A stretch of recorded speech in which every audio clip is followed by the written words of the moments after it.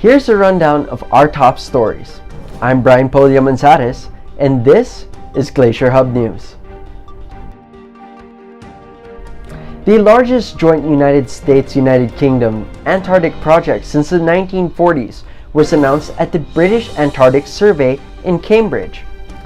The International Thwaites Glacier Collaboration, or ITGC, will focus on the Thwaites Glacier of West Antarctica, one of the world's largest and fastest melting glaciers.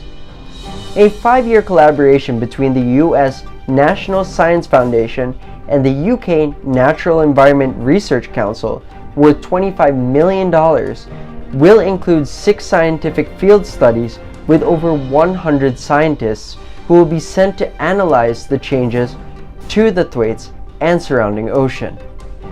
The Thwaites have already contributed up to 4% of the observed global sea level rise, but the rapid melting of the Thwaites is not their only concern. If the Thwaites were to collapse, most of the West Antarctic ice sheet would be destabilized, likely leading to an impending collapse, causing sea level rise to rise up to 10 feet on average across the Earth, thus the Doomsday nickname.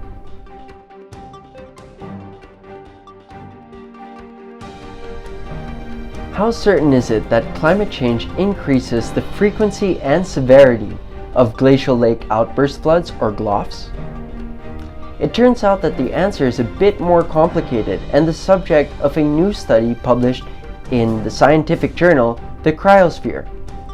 This recent study provides the first global assessment of the problems involved in developing a robust attribution argument for climate change and GLOF events. Dan Sugar, one of the authors of the study and a geoscientist at the University of Washington, Tacoma, said, quote, "We suggest that outburst floods will become more frequent in response to contemporary warming, but that there is a lag built into the system." He went on to explain that while an attribution of GLOFs to climate change is possible, a number of factors influencing GLOF occurrence means that scientists can't adequately quantify the attribution.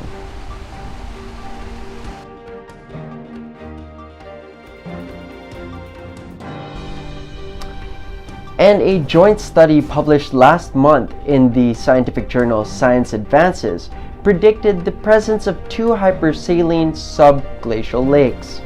The lakes are located on either side of the east-west ice divide of the Devon ice cap, an ice cap located in Nunavut, Canada.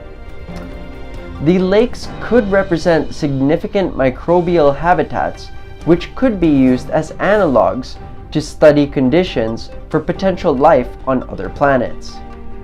Alexander Anasio, a professor and a researcher at the University of Bristol who studies biochemistry of cryospheres, says that, quote, "Almost all of the effort on subglacial lake exploration is concentrated in Antarctica, but that this study reveals that there are other excellent locations for subglacial lake exploration."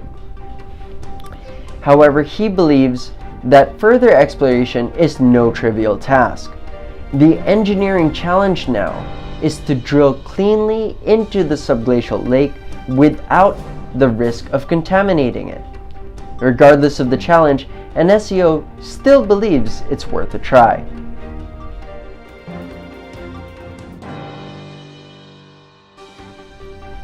And in lighter news, Garrett Fisher, a writer, photographer, and adventurer, recently set out to capture the beauty of the Rockies.